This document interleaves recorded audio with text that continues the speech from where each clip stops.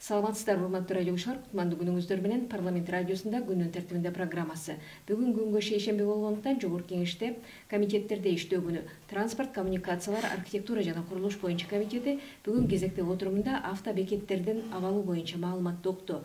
Бул багытта кеңири түшүндүрмө берүүсүн өтүнүп, студияга чакырып жаткан мейманыбыз номер 21 Талас округунан жогорку кеңешке депутат Бактыбек Чойбеков. Бактыбек Каныбекович, студияга кош келдиңиз. Комитетте каралган негизги маселе боюнча кыскача айтып берсеңиз. Эң биринчи угармандарды ушул ороз айында орозолор менен куттуктап кетейин.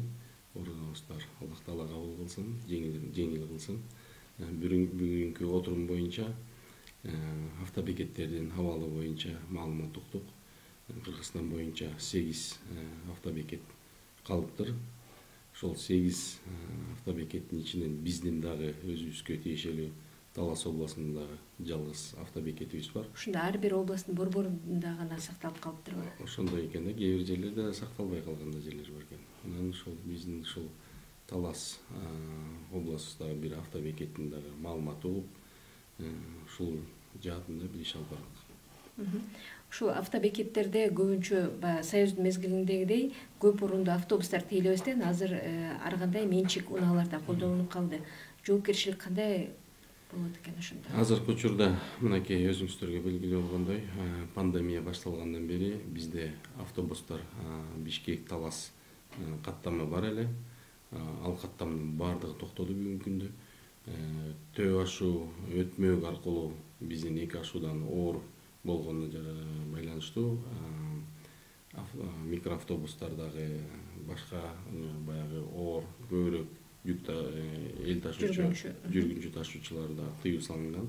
Ошондон себеп бүгүнкү күндө жеңил автоунаалар, менчик жеңил автоунаалар иш жүргүзүп жатат да. Ушул булардын дагы ишмердүүлүгүн, булардын дагы лицензиялоо боюнча президентибиздин мынакей жарлыгы чыккан жылдын башында.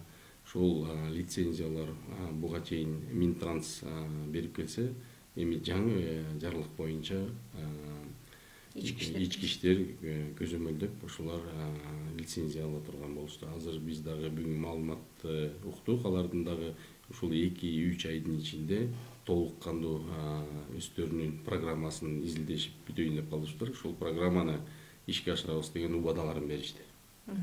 Лицензия ушул айтылган маалыматта айтылып атат, бери жагы 11 миңге жакын лицензия берилген деп атат жалпысынан. Бирок канча жүргүнчү ташыгандыгы мындай отчеттуулук статистика жок деп атат да. Эми буга чейин ушул жеңил автоунааларга лицензия берилбептир. Ар кандай фирмалар бар экен. Бул фирмалар дагы каалаган жеринен жүргүнчүлөрдү алып, каалаган жеринен тышташып, баягы башаламандыкты түзүп беришкен. Каалаган бааларын да коюп келишкен. Ошон үчүн ушундай нерселер болбош үчүн жол кырсыгы дагы мына бүгүнкү күндө абдан көп катталып, ушул жол кырсыгынан канча жарандарыбыз курман болуп атат да. Ушул нерсе болбош үчүн мынакей жаңы программасы бүтсө, Кудай буйрса, ички иштер министринин жол көзөмөлдөө кызматкерлери аяктаса, бул ордуна келет деген бизди дагы ишендиришип атат, булар дагы айтып атат. Биз дагы көзүбүз жетип атат. Ушул жаатында иш алып барбасак, мындай оор эле акыбалга келип атат да. Жүргүнчүлөр ташуу маселесине келгенде коопсуздукту сактоодо сөзсүз түрдө жанагындай көп орундуу автобустардын жүрүшү жакшы болмок, бирок Таласта мисалы чек ара деген маселе бар да. Ошону кантип жөнгө салса болчу да экен? Эми азыр ошол айтпадымбы, жогоруда пандемияга байланыштуу ошо токтомдор баары токтоп калган да.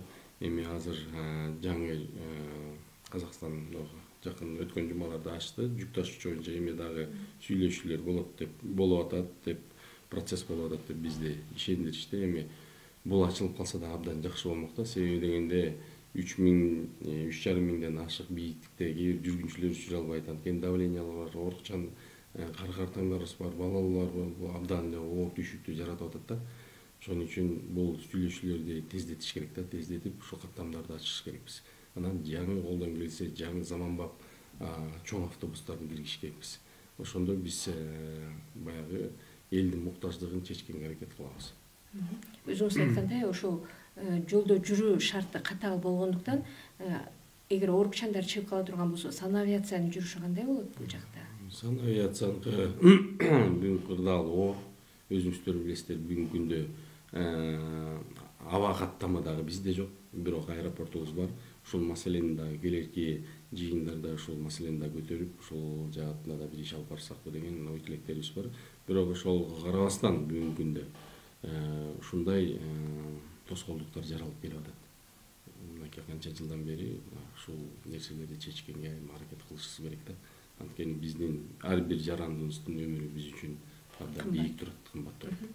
Ошол жүргүнчүлөрдү ташууда айдоочулардын жоопкерчилигин жогорулатуу максатында кандай талаптар коюлуш керек? Мисалы, автобустардыкы наркологиядан өтүп, дагы башка текшерүүлөрдөн өтүп, жеке менчикте андай талап барбы, жокпу? Азыр мынакей айтып кетпедимби, жеке менчик жеңил унааларын менен ташыган биздин шопурларыбыз бүгүнкү күндө баягы каалаган жеринен жүргүнчүлөрдү алып каалаган жерине баягы жеткизип атат. Биз ошон үчүн талап коюп атабыз бүгүн автобекеттерге да. Ошо автобекеттин ошо аймагынан чыгып, Таластын автобекетинин аймагынан чыгып, Бишкек автобекетинин аймагына келип, регистрациядан өтүп, ар бир медициналык кызматкерлерден, кароолордон текшерилип, анан бир тараптуу эле рейс жасаганга уруксат берилсин деген сунуштарды бир уна бир эле жол каттап бир күндө. Анткени бүгүнкү күндө бир 2ден рейс кылып жүрөткөн дагы шопурларыбыз бар. Эми ал баягы өзүнүн күчүнө,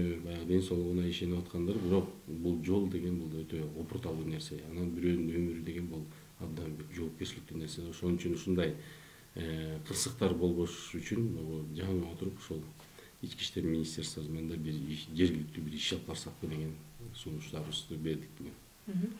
Бул эми жүргүнчүлөрдү ташуу же болбосо оор жүк ташуу деген маселе өзүнчө. Ал эми ошол эле учурда техниканын санапаты, анын абалы жөнүндө сурап көрдүңүздөрбү? Бүгүнкү күндө дагы ошол отурумда сөз болду. Ушул оң рулдуу автоунааларга чектөө киргизүүнү дагы көтөрүлдү маселелер. Аны дагы туура деп эсептейбиз. Себеби бизде сол рулдуу автоунаа жол кыймылы ошого ылайыктуу да. Ошон үчүн көп кырсыктын дагы бир кесепети ушундан болуп атат деген баягы статистикалык жөндөөлөр бар да. Оор жүк ташуу боюнча маселеге келгенде, аякта да бир өткөлдөрдөн өтүшү керек, бирок ал жакта дагы бир эсеп чоту алынбагандай деп суроо койдуңуз окшойт, Бүгүн дагы мынакей биздин Сосновка багытындагы шлагбаум жөнүндө сөз болду. Ушул тарапта дагы ушул биздин Кыргызстан жарандарына башкаба ал 450 сом тегерегинде, жеңил унааларга 45 сом тегерегинде. Башка мамлекеттин жүк ташуучуларына $60 деп бүгүн маалымат берди. Немени болсо $5 деп маалымат берди да, жеңил унааларга өтүшүнчө. Алардын дагы бүгүнкү күндө 1 айлык статистикасын сураганга үлгүрдүк. Алар дагы кат жүзүндө жооп беребиз деген баягы маалымат беришти бизге.